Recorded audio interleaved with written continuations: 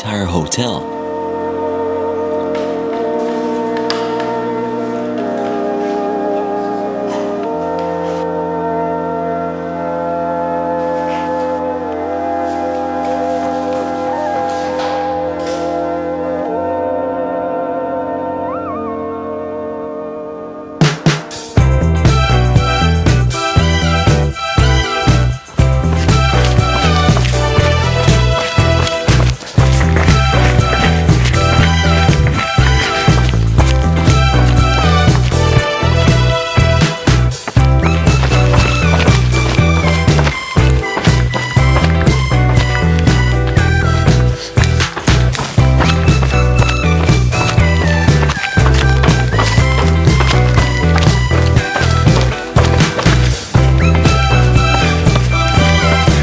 Anyone who plays CSGO knows this place. CSGO, canals, bump site B, bump site A.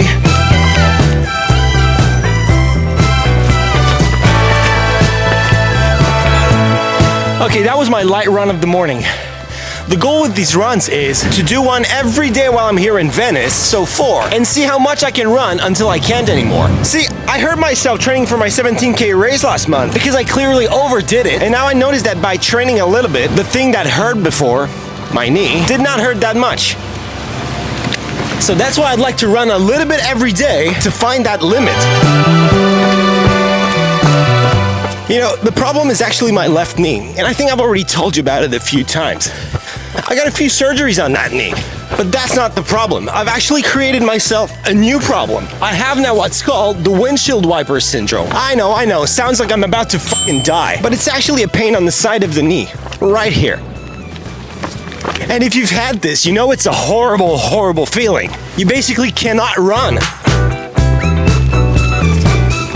And I couldn't run for the past 2 weeks. I mean, I could barely walk. So yeah, that's how it happened. I mean, I trained way too much. And I wasn't used to running this much either. The thing is that I wanted to be ready for that 17K, but I had never run that much before, so yeah. I've created a big ass stress on that knee and voila, windshield wiper. Oh, and I also made things worse that time I ran downhill a few weeks before the race. I don't know if you remember those images. I wanted to go easy on my knees, but I think they're gonna be busted after this thing.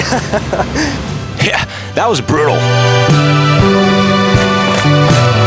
So apparently this is the most common injury a runner can have. And I've read a few times that it can get worse by running downhill. And that the problem isn't necessarily the knee, but the hip. See, the iliotibial bend goes from the hip to the knee. So yeah, to avoid that in the future, I gotta strengthen the core, the hip, and run.